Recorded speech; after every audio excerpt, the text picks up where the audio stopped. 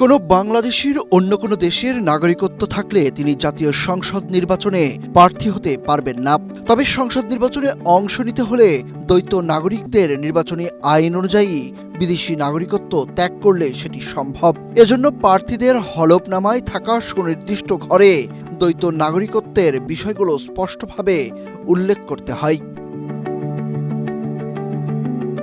নির্বাচন বিশ্লেষক ও আইনজ্ঞরা বলছেন, বাংলাদেশের সংবিধান ও গণপ্রতিনিধিত্ব আদেশ বা আরপিও অনুযায়ী দ্বৈত নাগরিকরা ভোট দিতে পারলেও জাতীয় নির্বাচনে প্রার্থী হতে পারেন না। ফলে নাগরিকত্ব ত্যাগের যথাযথ প্রমাণ দিতে না পারায় অনেক প্রার্থীর আগামী সংসদ নির্বাচনে অংশ নেয়ার বিষয়টি অনিশ্চিত হয়ে পড়েছে। এদিকে দ্বৈত নাগরিকরা সংসদ নির্বাচনে প্রার্থী হতে না পারলেও স্থানীয় সরকার নির্বাচনে প্রার্থী হতে পারেন, আর এটি নিয়েই চলছে নানা আলোচনা। কিন্তু একই দেশে দুই ধরনের নির্বাচনে প্রার্থী হওয়ার যোগ্যতা আলাদা কেন, সেই প্রশ্নগুলো সামনে আসছে। বিবিসি বাংলার প্রতিবেদনে বলা হয়েছে, 2018 সালের সিটি কর্পোরেশন নির্বাচনে বরিশালের মেয়র নির্বাচিত হয়েছিলেন আওয়ামী লীগের প্রার্থী সেরনিয়াবাদ সাদিক আব্দুল্লাহ।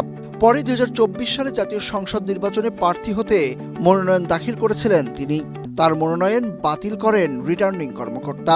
তিনি দ্বৈত নাগরিক হওয়ায় তার মনোনয়নপত্র বাতিল করা হয়েছিল বলে কারণ দেখানো হয়।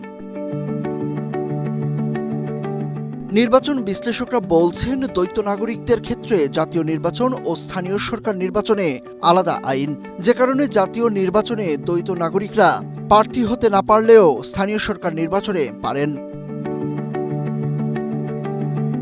নির্বাচন কমিশনার আব্দুর রহমানুল মাসউদ বলেন, বাংলাদেশের দ্বৈত নাগরিকদের জাতীয় নির্বাচনে প্রার্থী হতে না পারার বিষয়টি আইন ও সংবিধানে স্বীকৃত বিষয়। সুতরাং কেউ যদি নাগরিকত্ব ত্যাগ না করেন তাহলে তিনি জাতীয় নির্বাচনে প্রার্থী হতে পারবেন না। তিনি আরও বলেন, রাষ্ট্রের এমন গুরুত্বপূর্ণ পদে থেকে দ্বৈত নাগরিকরা এদেশের আইন প্রণেতা হবেন, আবার আরেক দেশের প্রতি আনুগত্য প্রকাশ করবেন।